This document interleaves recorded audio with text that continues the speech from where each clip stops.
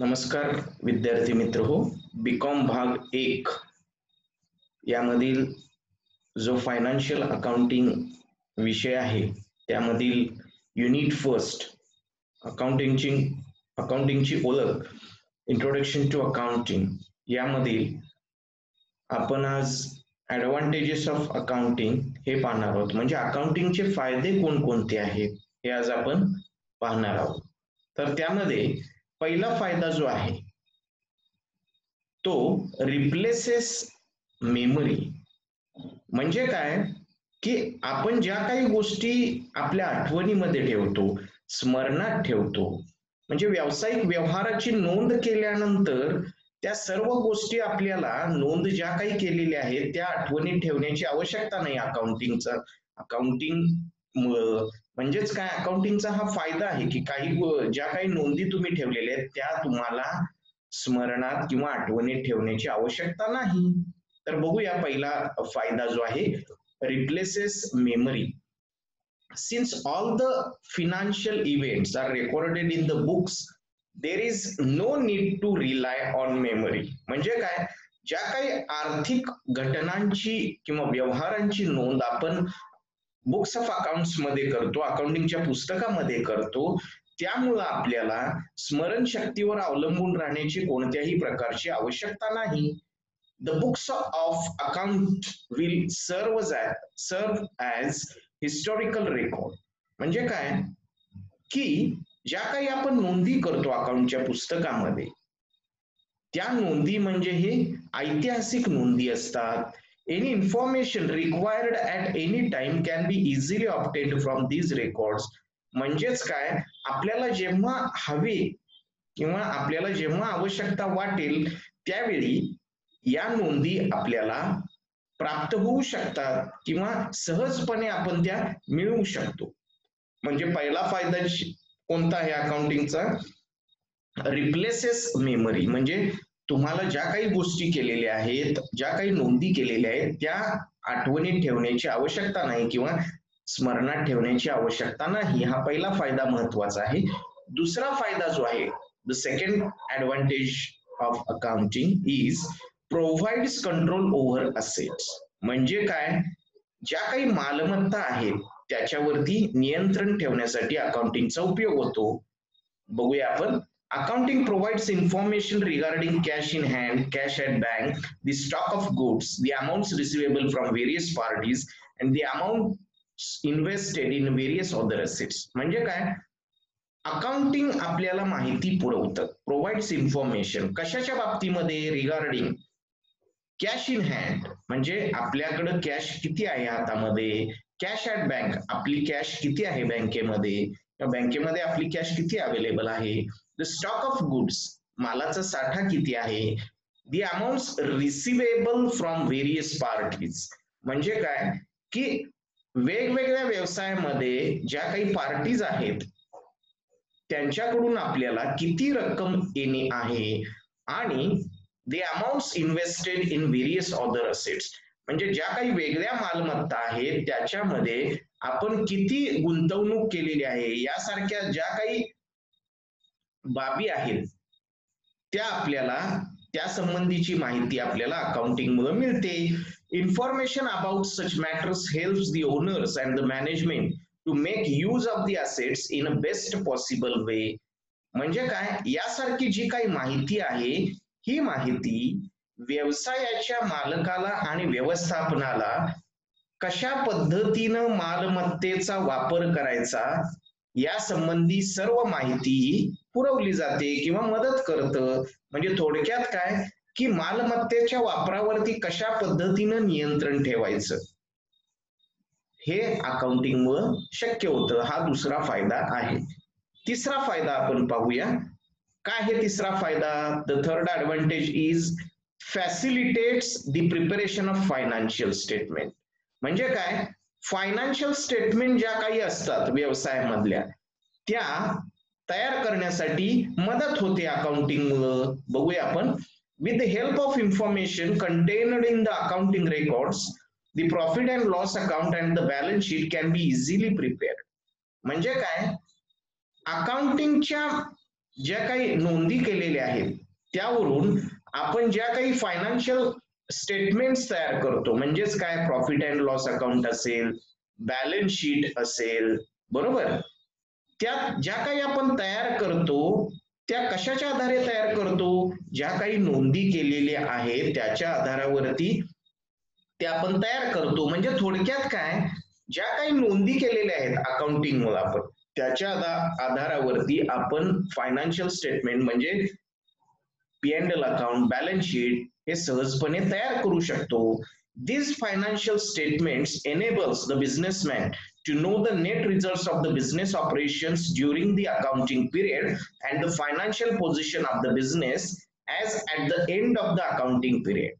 म्हणजे या financial statement ज्या काही आहेत, P&L अकाउंट असेल, बॅलन्स शीट असेल, त्यामुळं व्यवसायाचे जे कोणी मालक असतील किंवा व्यवसाय करणारे जे कोणी असतील त्यांना काय कळतं, to know the net result of the business operations during the accounting period. म्हणजे एखाद्या आर्थिक वर्षामध्ये किंवा अकाउंटिंग इयर मध्ये व्यवसायाचं जे काही परिस्थिती आहे किंवा व्यवसायाचे कार्य कशा प्रकारे चाललेलं आहे ते समजू शकतं, किंवा व्यवसायाची स्थिती कशी आहे ते व्यवसायाच्या मालकाला समजू शकतं, किंवा जो कोणी व्यवसाय करणार आहे त्याला ते समजू शकतं. And the financial position of the business as at the end of the accounting period. त्याचप्रमाणे आपल्या व्यवसायाची परिस्थिती वर्षाच्या शेवटी कशा प्रकारे आहे, ती चांगली आहे का वाईट आहे, योग्य आहे की अयोग्य, हे आपल्याला फायनान्शियल स्टेटमेंट्स वरून समजू शकतं. म्हणजे तिसरा फायदा जो आहे की फायनान्शियल स्टेटमेंट बनवण्यामध्ये, तयार करण्यामध्ये अकाउंटिंगची मदत होते. चौथा फायदा, मीट्स द इन्फॉर्मेशन रिक्वायरमेंट्स. म्हणजे काय, जी काही माहिती आहे, माहितीची आवश्यकता आहे ती पूर्ण करण्यासाठी मदत होते. बघूया आपण. Various interested parties such as owners, lenders, creditors, etc. get the necessary information at frequent intervals which help them in their decision making.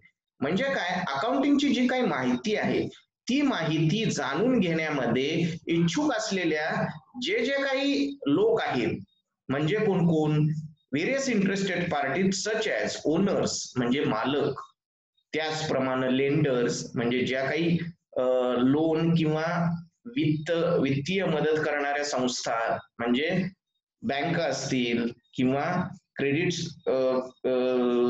Credit institutions असतील, अशा प्रकारे जे काही लोन देणाऱ्या संस्था, पैशाची मदत करणाऱ्या संस्था, लेंडर्स किंवा व्यक्ती असतील, असे लोक किंवा संस्था, क्रेडिटर्स म्हणजे व्यवसायाचे देणेकरी इत्यादी ज्या ज्या काही पार्टीज असतील त्या व्यवसायाची परिस्थिती जाणून घेण्यामध्ये इच्छुक असतात आणि त्यांना जी get the necessary information at frequent intervals which help them in their decision making. म्हणजे काय, या ज्या काही पार्टीज आहेत व्यवसायाशी निगडीत त्यांना हवी असलेली जी काही अकाउंटिंगची माहिती एका फ्रिक्वेंट इंटरवल्स म्हणजे एका ठराविक कालावधीनंतर किंवा सतत एका ठराविक कालावधीनंतर त्यांना ती माहिती ही प्राप्त होऊ शकते अकाउंटिंग मुळे. म्हणजेच काय, त्याचा त्या माहितीच्या आधारे ते आपला निर्णय घेऊ शकतात, व्यवसायाशी निगडीत जो काही निर्णय आहे ते निर्णय घेऊ शकतात. उदाहरणार्थ ओनर्स काय करतील, व्यवसायामध्ये गुंतवणूक किती करायची आहे कॅपिटलची, त्याचप्रमाणे लेंडर्स म्हणजे उदाहरणार्थ बँकेनं जर लोन द्यायचं असेल एखाद्या व्यवसायाला तर ते लोन किती द्यायचं हे ते त्या अकाउंटिंगच्या इन्फॉर्मेशन वरून ठरू शकतं किंवा ते ठरवू शकतात. क्रेडिटर्स म्हणजे व्यवसायाचं देणं किती आहे किंवा किती देणं द्यायचं, अशा प्रकारे ज्या काही पार्टीज आहेत यांना अकाउंटिंगच्या माहितीचा उपयोग होतो. हा फायदा आहे चौथा. त्याचप्रमाणे पुढचा जो काही फायदा आहे, the next advantage is facilitates a comparative study. म्हणजे काय की तुलनात्मक अभ्यास करण्यासाठी अकाउंटिंगच्या माहितीचा उपयोग होतो. बघूया आपण. Facilitates a comparative study. With the help of accounting information, one can compare the present performance of the enterprise with that of its past and with that of similar organisations. म्हणजे अकाउंटिंगच्या इन्फॉर्मेशनमुळं, अकाउंटिंगच्या माहितीच्या आधारे कोणी पण काय करू शकतं की सध्याची व्यवसायाची परिस्थिती, बरोबर, सध्याची व्यवसायाची परिस्थिती किंवा व्यवसाय संस्थेची परिस्थिती आणि भूतकाळातील व्यवसायाची परिस्थिती याची तुलना करू शकतं. बरोबर, म्हणजे गेल्या 5 वर्षामध्ये किती प्रॉफिट किंवा किती लॉस झालेला आहे, किती खर्च झालेला आहे आणि या वर्षी किती झालेला आहे याचं तुलना करू शकतं कोणी पण.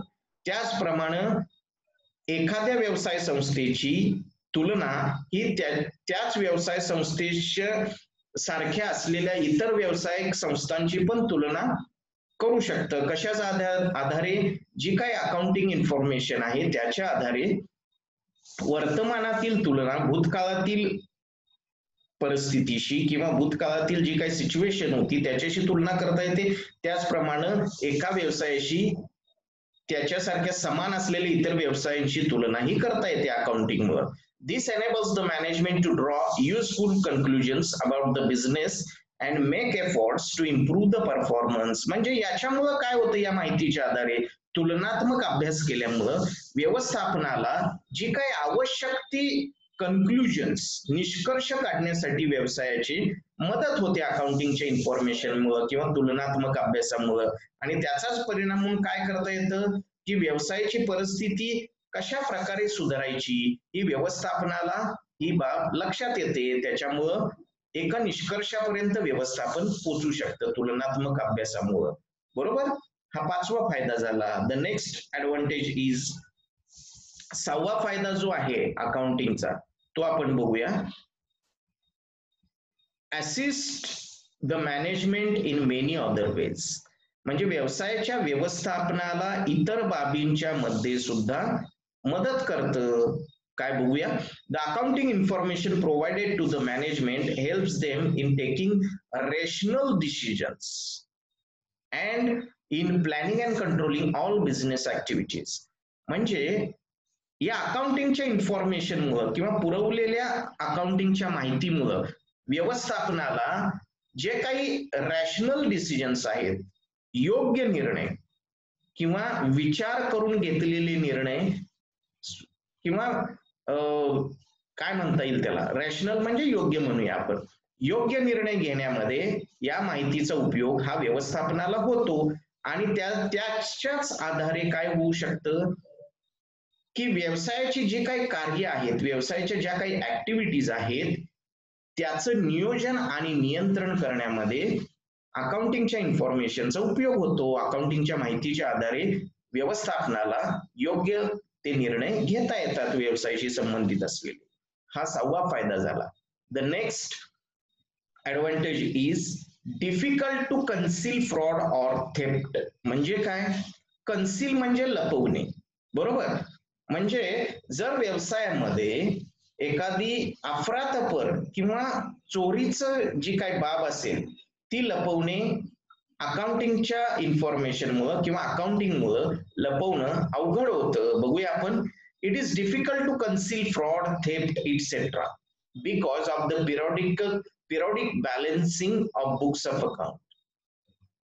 म्हणजे व्यवसायामध्ये जर काय अफरातफरी असतील, चोरीची बाब असेल, इत्यादी बाबी या लपवणे हे अकाउंटिंगच्या माहितीमुळे किंवा अकाउंटिंगमुळे अवघड होतं. कारण का? बघूया आपण. Of the periodic balancing of books of account. म्हणजे एका विशिष्ट कालावधीनंतर व्यवसायाच्या पुस्तकांचं जे काय आपण बॅलन्सिंग करतो, म्हणजे आपण माहित आहे, आपण वर्षाच्या शेवटी बुक्स ऑफ अकाउंट क्लोज करताना जो काही बॅलन्स येतो तो आपण कॅरीड डाऊनचा काय करतो, ब्रॉड डाऊन करतो किंवा कॅरीड फॉरवर्डचा ब्रॉड फॉरवर्ड करतो. त्यामुळं की ज्या काही गोष्टी अफरातफरी झालेल्या असतील किंवा चोरीच्या बाबी असतील त्या आपण वर्षाला बॅलन्सिंग फॉरवर्ड करत असल्यामुळं किंवा बॅलन्स फॉरवर्ड करत असल्यामुळं त्या बाबी लपवणं अवघड जातं अकाउंटिंगमुळं. Further, in big organisations the bookkeeping work is divided among many persons which minimizes the chances for committing fraud. म्हणजे काय, मोठ्या व्यावसायिक संस्थांच्या मध्ये किंवा मोठ्या व्यवसाय संस्थांच्या मध्ये हे जे काही अकाउंटिंगचं काम आहे किंवा बुक किपिंगचं काम आहे हे अनेक व्यक्तींच्या मध्ये विभागलं असल्यामुळं काय होतं, ज्या काही अफरातफरी करण्याचे चान्सेस आहेत, शक्यता आहेत अफरातफरीच्या, त्या शक्यता कमी होतात. ठीक आहे, म्हणजे 7वा फायदा आहे तो अफरातफरी किंवा चोरी लपवणं अकाउंटिंग मुळे अवघड होतं. पुढचा फायदा जो आहे number 8 advantage is tax matters.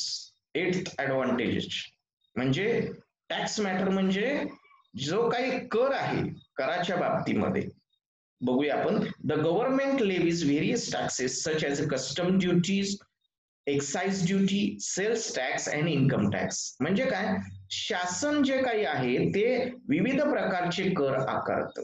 Custom duty असेल, एक्साइज ड्युटी असेल, सेल्स टॅक्स असेल किंवा इन्कम टॅक्स असेल, उत्पन्नावरील कर असेल किंवा विक्रीवरील कर असेल, बरोबर. यासारखे जे जे विविध कर आहेत ते शासन आकारत असतं. Properly maintained accounting records will help in the settlement of tax matters with the tax authorities. म्हणजे अकाउंटिंगच्या नोंदी या योग्य रीतीनं केल्यामुळं काय होतं की त्याच्या मदतीच्या आधारे ज्या काही टॅक्सशी कराच्या बाबतीत ज्या काही निगडित बाबी आहेत किंवा कर किती आकारायचा हे ठरवता येतं. म्हणजे थोडक्यात काय की तुम्हाला तुमच्या अकाउंटिंगमुळं किंवा फायनल अकाउंट्स वरून व्यवसायाचं उत्पन्न किती आहे, त्या उत्पन्नावरती कर किती आकारायचा हे केंद्र सरकारला निश्चित करता येतं. म्हणजे तुम्हाला उत्पन्नावरती कर किती असेल त्याचप्रमाणे विक्रीवरती कर किती आकारायचा ही सगळी माहिती ही त्या बुक्स ऑफ अकाउंट्स मध्ये असल्यामुळं कर निश्चित किंवा कर निर्धारण करण्यामध्ये शासनाला त्याची मदत होते. ठीक आहे, हा झाला 8वा फायदा. तर 9वा फायदा आपण बघूया. The 9th advantage is ascertaining value of business. म्हणजे व्यवसायाची जी काही मूल्य किंवा किंमत आहे, व्यवसायाचं मूल्य निश्चित करता येतं अकाउंटिंगमुळे किंवा व्यवसायाचं जी काही किंमत आहे ती निश्चित करता येते. बघूया आपण. In the event of sale of business firm, the accounting records will help in ascertaining the correct value of the business. म्हणजे काय, व्यवसाय विकण्याची जर परिस्थिती निर्माण झाली तर अशा परिस्थितीमध्ये जे काय अकाउंटिंग आहे बुक्स ऑफ अकाउंटिंग मुळे किंवा अकाउंटिंगच्या नोंदीवरून काय करता येतं, will help in ascertaining the correct value of the business. म्हणजे व्यवसायाचं एकूण मूल्य किती आहे हे तुम्हाला व्यवसाय विक्रीच्या वेळी निश्चित करता येतं.